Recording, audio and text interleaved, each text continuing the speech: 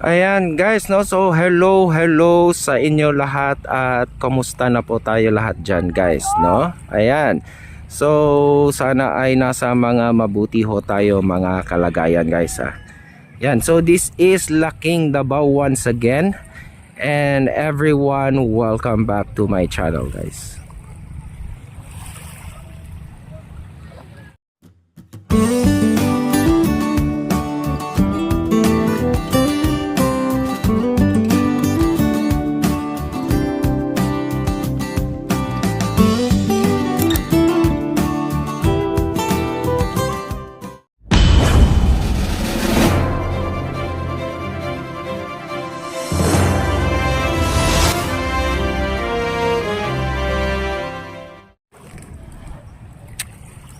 Ayan guys, no, so magandang araw sa inyo. Ayan, so guys, we are here, no, sa may Davao River na Bukana, no, o yung sa pinaka mouth mismo nitong Davao River. Ito, no, ito.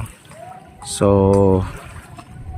dito ho tayo nagsimula ngayon, no, dahil ating mag-a-update tayo dito sa patungkol dito sa currently na ongoing construction of the Davao River Bridge, no, or the Bukana Bridge ng Davao City Coastal Road, no. Ayan, so we're going to have a quick update and a little bit of ano muna guys, preview, no. So itong Bukana Bridge, ito po yung magkokompleto nitong segment B nitong sa portion nitong galing dyan sa may rotonda dyan sa may Tulip Drive or sa may Times Beach area hanggang magtatapos to doon sa may ginagawa naman ngayon na rotonda din dito sa may itong sa may Rojas Avenue guys, no. Dyan, yan yung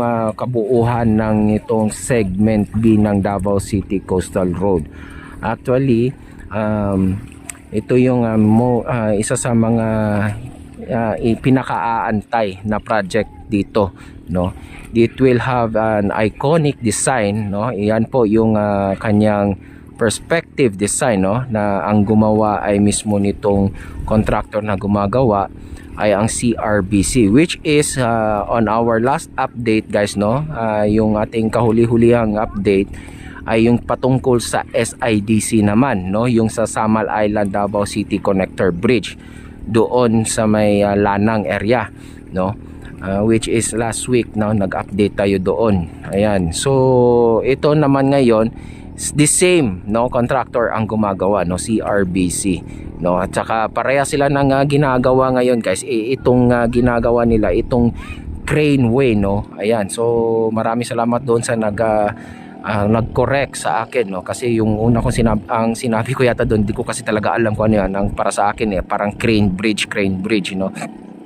Ayan, it's a crane way pala, no. Yan pala ang perfect term for that, yung ginagawa nila ngayon, dahil ang napakalaking bagay yan yung magsisilbing daanan mismo ng crane, no, yung magdadala ng mga kagamitan para doon sa itatayong tulay, no. Ayan, sa ito.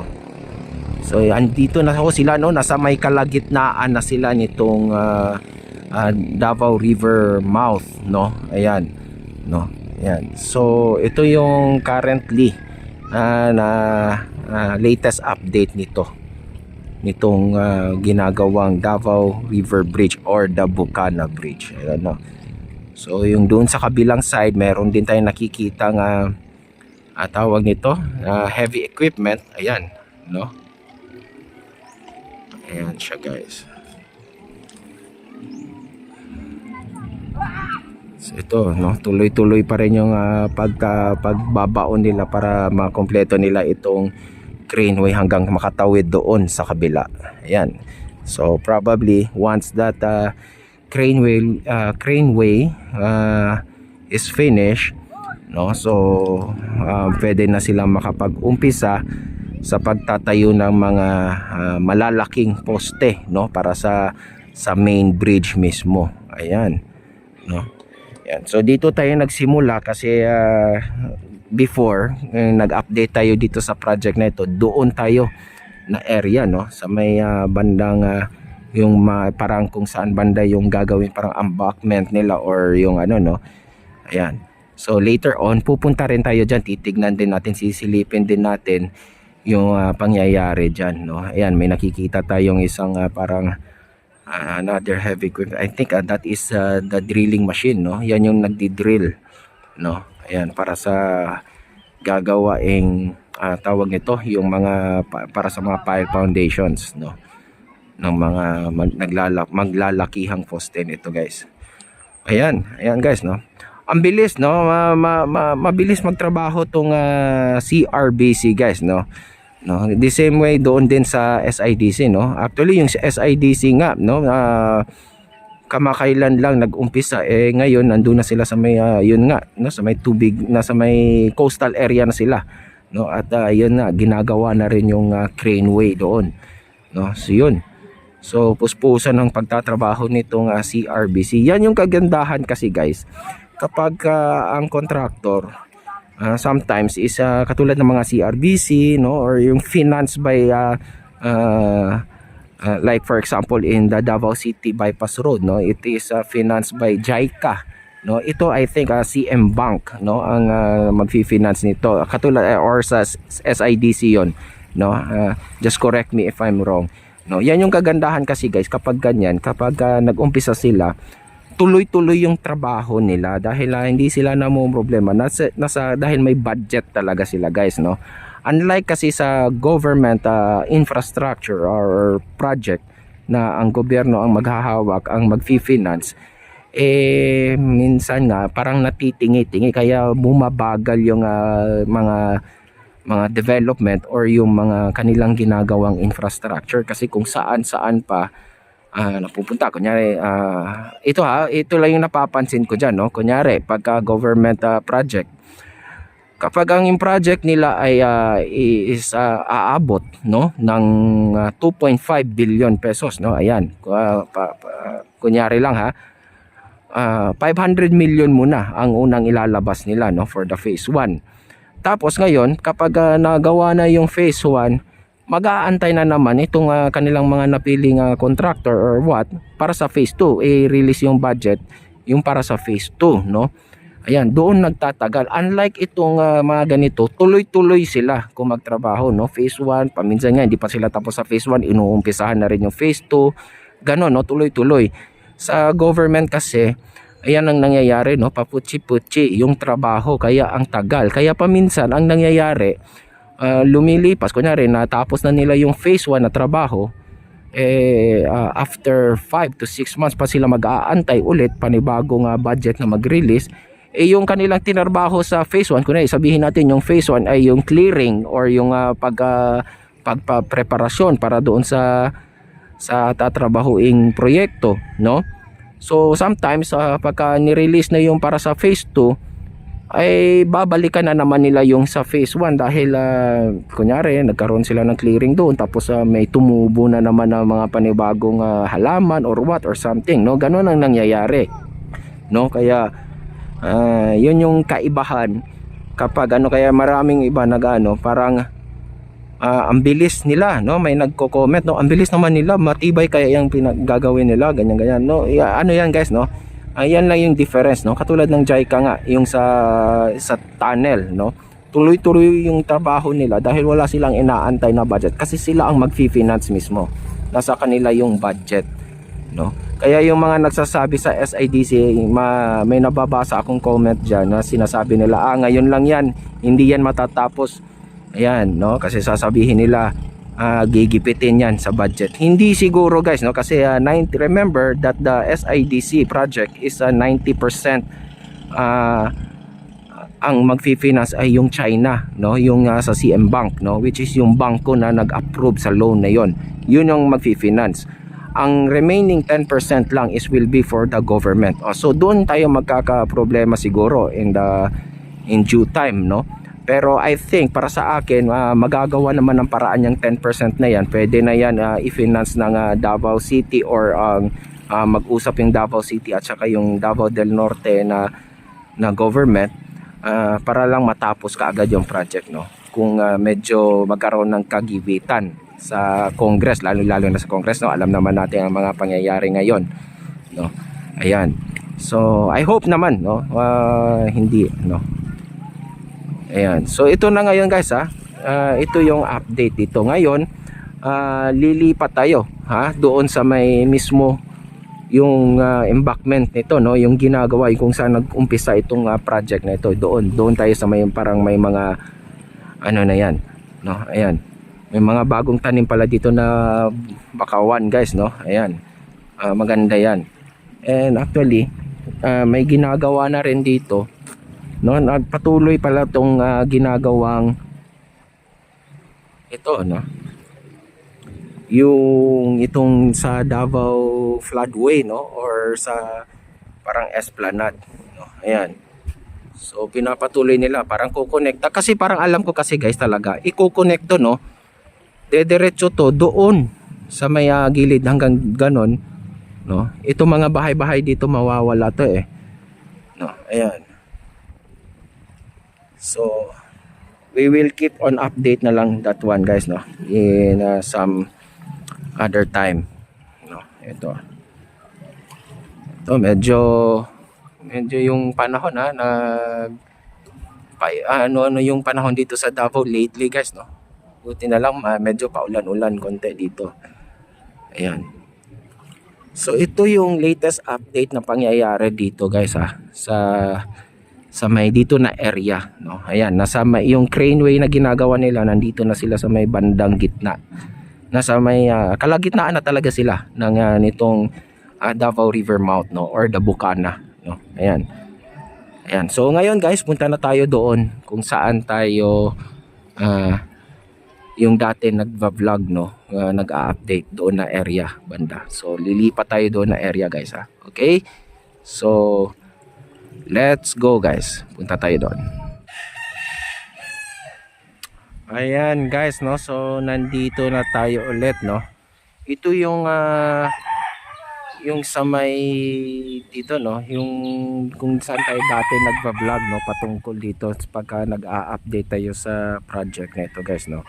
Ito yung sinarado dito, yung may kahunting kabahayan dito na yung sinasabi natin, sabi nila na i-develop din daw tong area na ito, no, into something, I don't know, maybe it could be a park or something, no. Ayan, no. So ito yung pangyayari dito, guys. Ang taas na pala nito naitambak nila dito, guys, no. Elevated talaga siya, no. Pinantay dito sa yung ginawa na doon, no. Expected ko kasi sana dito mag-uumpisa yung parang rampa, no, tapos paakyat, no? Pero I don't know, baka yan lang muna yung ginawa nila. At ang napapansin ko dito ngayon, ang dami ng tawag nito, yung mga naglalakihang yung mga bakal na para sa ano, guys, no. Ayan. Ayan, guys, no. Ang dami, no? So tayo ay aakyat dito, guys, para malaman natin, makita natin ito, guys, no. Wait,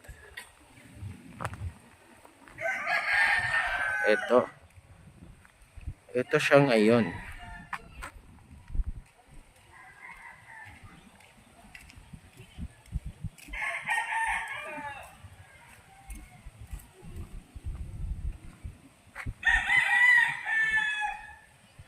So actually, guys, meron silang ginagawa dito.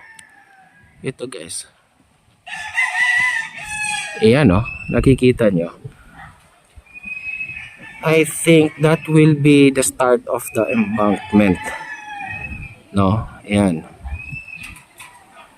no, sa tingin ko lang, ayan. And then right after that, yan na yung pinaka yung tinatawag nating first pier, no, after that, no. So possible yan dito at saka dito sa kabilang side, no. Ayan.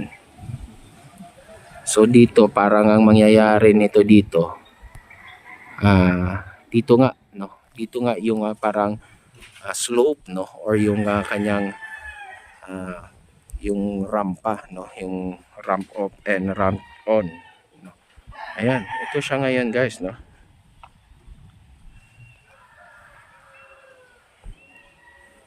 So guys, no? Ang dami nung ano guys, nung mga naglalakihang tubo diyan ngayon. Ayan no. Ang dami na nakapwesto no. Malamang sa malamang yan yung mga ibabaon ngayon para sa mga pile foundation sa mga gagamitin dito.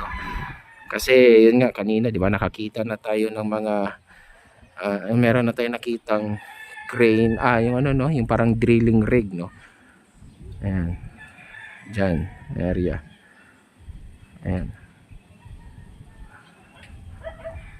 Actually may ginagawa na puspusan yung ginagawa doon guys no. I think they are already starting to drill no, or baka posible nakapagbaon na sila ng mga ano diyan para sa mga pile foundations kasi may curing time pa yan bago nila, 'di ba? Katulad ng mga ginagawa sa ano tapos tsaka bubungkalin and then lalagyan ng malaking parang capping no. Ayan.